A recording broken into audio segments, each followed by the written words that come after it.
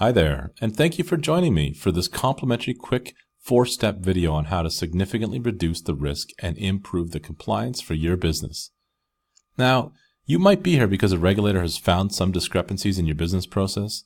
Maybe an auditor or a compliance group has found that your processes aren't being executed consistently. Maybe you're a risk professional who knows that there are better and lower risk ways to run a process.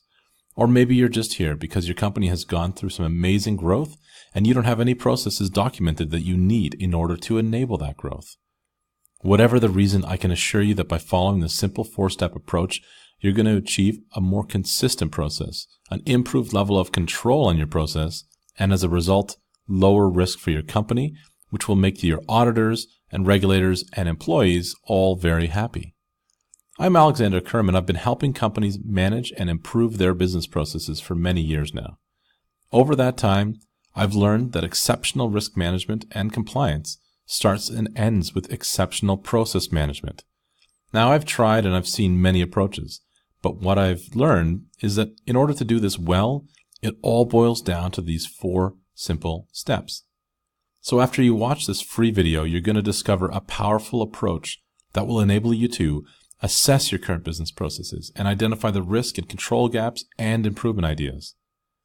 You're going to significantly lower the risk of your business, improve the compliance for your business, and of course, sustain and maintain these improvements through effective process management principles. Now, the only reason I can make these claims is because I've helped many other companies reduce process risks and avoid paying millions of dollars in fines by following this same 4-step approach and by leveraging best-in-class process mapping software to enable you to do this effectively. So, let's have a look at what this 4-step approach is all about. Step 1. Take inventory. Take stock of what you have and build lists. Build lists of all your current process content. This could be maps, procedures, policies, guidelines, or anything else that your employees use to follow to do their job. List them out like you see here. Even if it's out-of-date materials, you're going to want to capture that and know where it is because it'll help you versus starting entirely from scratch. Perhaps you're like some companies where you don't actually have anything written down at all.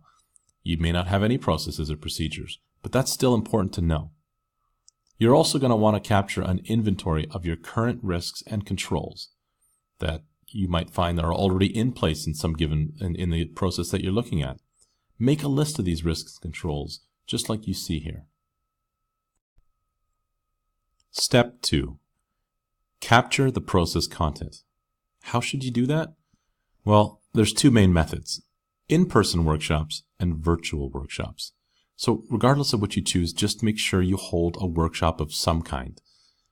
This is important because it involves several people who participate in the process, and because it's through this dialogue that you gain agreement on what the process actually is, where the controls are and where they're not, and improvements and other great ideas that get generated through this workshop approach. Make sure you also include some experts in the room around risk and controls, or if it's a virtual session, make sure you include them virtually and get a perspective on risk and control, because that's what it's all about. Now, I often get questions, should I do an in-person workshop or virtual? Which is better? Well, it's pretty simple. In-person is always best. But nowadays, that can be a very costly endeavor when you're running workshops, especially if your team is highly geographical and in multiple regions. So leverage all the technology around you and do yourself a favor and save money by running a virtual workshop. You'll find it's much faster, much less expensive, and you get to a very decent outcome much, much quicker. Next, you're going to have to decide on a process mapping solution. Now, most of you have already seen something like this. Don't do this. Please save yourself the headache of building and communicating something as complicated as this, and make sure you select a simple mapping tool with simple mapping notations. Don't fret about having all these crazy symbols and colors because they're simply not necessary for what you need. And frankly, the general business user has no idea what these mean, and they can't follow the process. Process understanding at this point is the key, so use a simple mapping flow and notation, like you see here. Don't overwhelm your audience by putting hundreds of boxes and arrows on a single page. use a hierarchical process mapping tool like this one that allows users to consume content in bite-sized chunks and then drill down for further details if and when required. There are several mapping solutions that can do this hierarchical mapping, so just make sure you select the one that's right for you. Also, when you capture your process map as part of this step, you want to also capture important information and attach it directly onto the process map, such as documents, procedures. Maybe you even have a video work instruction that you want to attach. Now, you might also want to capture risk assessment information or perhaps some valuable process data. Either way, it's important that you can capture it right on your process map because this integrates all of your process info in one central spot, making it really easy for your team, your employees, and the regulators to find what they need.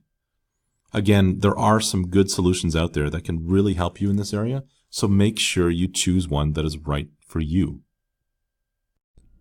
Step 3. Improve your business process.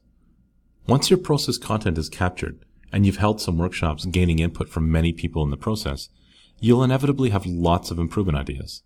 It's time to start implementing some of these improvements with an eye for risk reduction. Attach your controls and risk info right on your process like this. You gain standardization across your business by doing this. Everyone will be able to execute a control in the same way. And this alone will bring instant standardization to the processes and how they're executed. Ask yourself some of these questions. What things can bring better consistency to this process? Your team might also know, how can I ensure people are performing the process in a standard way? Are there any redundant steps that we can remove? Where are my greatest risks? Where have we had control breakdowns? The answers to these questions will lead you through some interesting improvements. Once you've established that list, pull together an action plan and around your improvements with clear ownership and timelines. Step 4. Maintain and sustain your process content. This step is vital, and it's where you want to pay particular attention to the type of software that you choose to do the mapping. The step can be broken down into 4 main areas. Process owners. Identify who owns a given process and ensure that they know what it means to be an owner. Who owns the risk, the controls, the performance of that process? If you can't identify the owner, it's going to be impossible to maintain and sustain that content. Process reviews.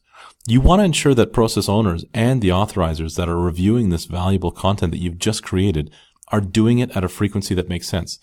It's not enough to simply map out your process once and then just shelve it so that it gathers dust.